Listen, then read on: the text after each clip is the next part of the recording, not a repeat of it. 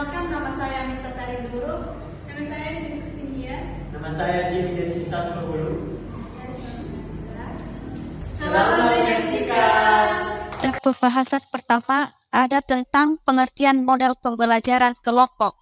Model pembelajaran kelompok adalah strategi pembelajaran yang melibatkan peserta didik dalam kelompok-kelompok kecil untuk bekerja sama dalam menyelesaikan tugas atau memahami materi.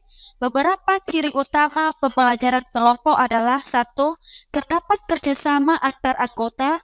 2. Adanya pembagian tugas. 3. Tanggung jawab bersama terhadap hasil. Contoh model pembelajaran kelompok ini ialah: 1. Ada yang namanya diskusi kelompok, comparative learning, problem-based learning. Saya akan melanjutkan dengan judul pengelolaan kelas dalam pembelajaran kelompok. Model pembelajaran kelompok adalah metode pembelajaran di mana anak dibagi ke dalam kelompok kecil untuk melakukan aktivitas bersama seperti bermain, berdiskusi sederhana, atau menyelesaikan tugas tertentu. Pengelolaan kelas dalam pembelajaran kelompok, guru menyiapkan beberapa langkah-langkah yang dapat dilakukan, seperti perencanaan yang matang atau di mana guru harus merancang kegiatan kelompok dengan jelas, termasuk tujuan, materi, dan waktu pelaksanaan. Yang kedua, pembentukan kelompok, atau yang di mana pembentukan yang dapat saling membantu.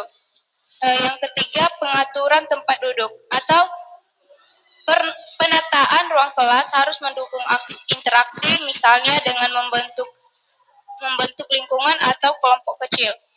Selanjutnya, pembelajaran tugas yang jelas, atau tugas harus jelas, terarah, dan sesuai dengan kemampuan peserta didik agar tidak menimbulkan kebingungan.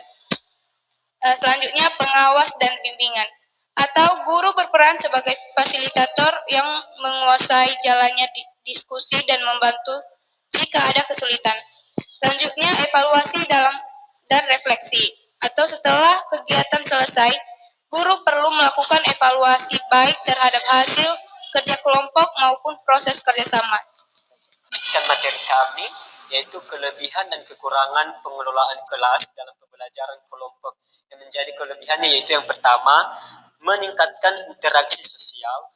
Yang kedua, mendorong keaktifan peserta didik, mempermudah pemahaman materi.